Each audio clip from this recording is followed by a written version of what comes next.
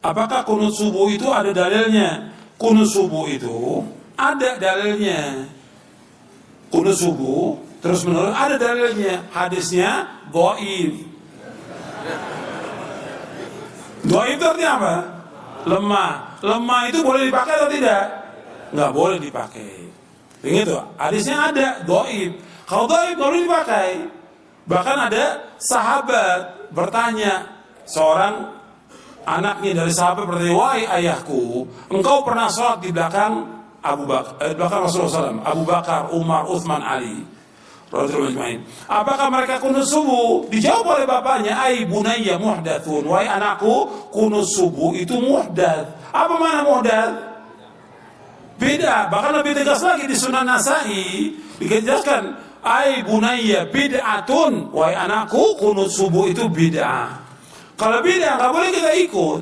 Sekarang kalau kita sholat di belakangnya orang yang kunut subuh, ya kita memperbanyak baca pujian kepada Allah.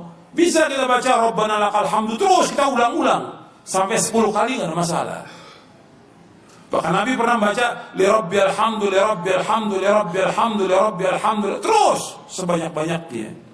Bahwa saat itulah saat memuji kepada Allah. Mereka kunut, biarkan mereka kunut. Kita baca pujian kepada Allah. Jangan ikut kunutnya dia. Tapi kalau dia sujud, wajib ikut. Karena kita bermakmum dengan imam. Nggak boleh kita menyalahi imam. Tapi ketika dia berbuat beda, nggak boleh kita ikut bedanya. Jelas? Kemarin banyak persoalan-persoalan tentang kunut. Kunut itu bid'ah katanya Ustaz. Begini. Anda boleh punya pendapat. Tapi Anda jangan lupa ada ragam pendapat dari para ulama. Maaf ibu bapak sekalian. Keterangan hadis kunut itu bid'ah terdapat di hadis ada An-Nasai, ada juga di Al-Bukhari. Turunkan semua hadisnya. Anda tahukah Anda riwayat hadisnya itu juga kunut? Imam An-Nasai mazhabnya Syafi'i, beliau kunut. Imam Al-Bukhari mazhabnya Syafi'i, beliau kunut. Saking objektifnya, beliau riwayatkan tentang sahabat yang tidak kunut. Kenapa beliau tidak kunut? Karena dalam hidupnya tidak pernah melihat Nabi kunut. Sahabat ini, tapi kan yang lain banyak sahabat juga. Di ketika Nabi berjalan, tidak semua sahabat ikut. Nabi ke Badar, sebagian sahabat ikut. Nabi ke Uhud, sebagian sahabat ikut. Tidak setiap tempat sahabat ikut semua. Saya mau ke Uhud ya, semua Madinah ikut ke Uhud. Madinah kosong. Saya ke Badar ya, saya ke Taif ya, apa semua ikut? Tidak, semua menyebar. Makanya ketika Nabi perjalanan, sebagian sahabat ikut. Nah, ada seseorang yang ketika berada di belakang Nabi, setiap dia sholat di belakang Nabi, dalam keadaan subuh, Nabi tidak kunut. Sedangkan sifat sahabat itu mengamalkan apa yang dilihat. Jadi yang dia lihat itu yang diamalkan. Misal, Wa'il bin Hujur, sholat di belakang Nabi, Nabi turun pakai lutut. Abu Hurairah sholat di belakang Nabi, Nabi turun sujud pakai telapak tangan. Walaupun keduanya tahu riwayat itu, tapi mohon maaf, mereka mengamalkan apa yang dilihat. Wa'il pakai lutut, Abu Hurairah pakai telapak tangan. Dua-duanya benar, yang salah yang pakai kepala duluan. Belum apa-apa sudah ramai kepalanya, ini bid'ah, ini salah, ini. Itu, muka Anda dari ujung kepala sampai ujung kaki bid'ah itu. Kenapa? Karena Anda tidak belajar hadis dengan ilmunya. Ini yang tidak kunut di belakang Nabi karena dia sholat di belakang Nabi. Nabi nggak kunut. Tapi ada sebagian sahabat sholat di belakang Nabi. Nabi pernah kunut. Ada Abdullah bin Umar. Nabi mengajarkan kunut pada Al-Hasan cucunya.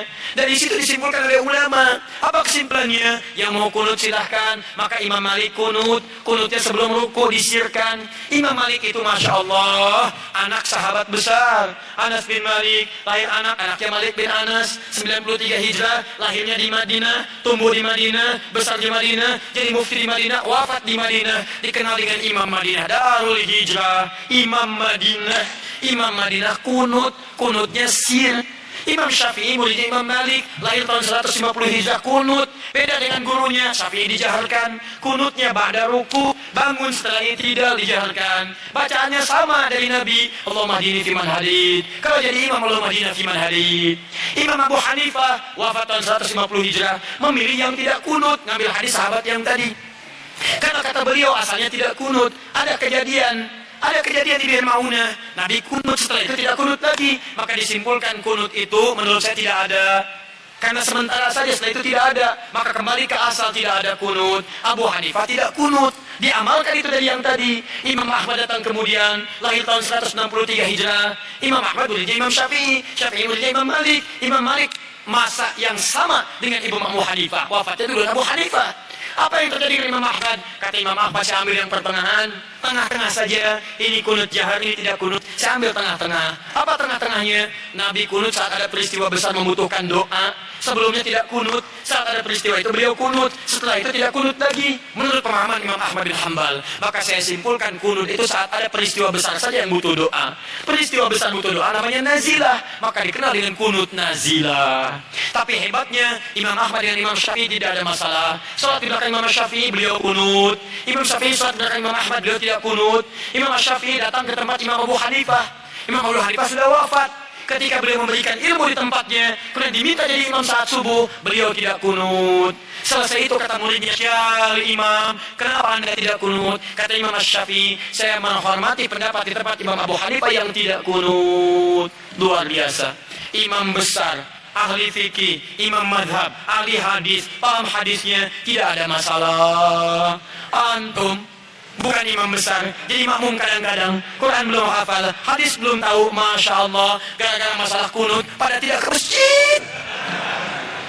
Yang kunut benar, yang tidak kunut benar, yang salah yang tidak sholat subuh. Tuh, ini masalahnya. Jadi kalau guru-guru bersanad tuh enak. Silakan, Imam Malik wafat di Madinah, tapi mazhabnya menyebar di Libya, Tunisia, Maroko. Jadi kalau antum ingin melihat mazhab ahli Madinah dulu, prakteknya di Libya, prakteknya di Maroko, prakteknya di Tunis. Tiba-tiba datang orang sekarang yang tidak tahu ilmu mengatakan, Masya Allah, lebih bagus orang Madinah dibanding dengan orang Libya. Dipecah-pecah kita di situ. Pada dua-duanya bagus. Madinah sekarang mazhabnya Ahmad bin Hanbal, datang belakangan.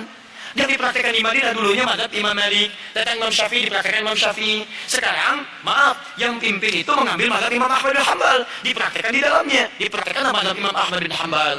Kalau Anda ingin melihat Madinah tempo dulu, pergi ke Libya, pergi ke Tunisia, pergi ke Maroko, pergi ke Aljazair, itulah mazhab Imam Malik di sana.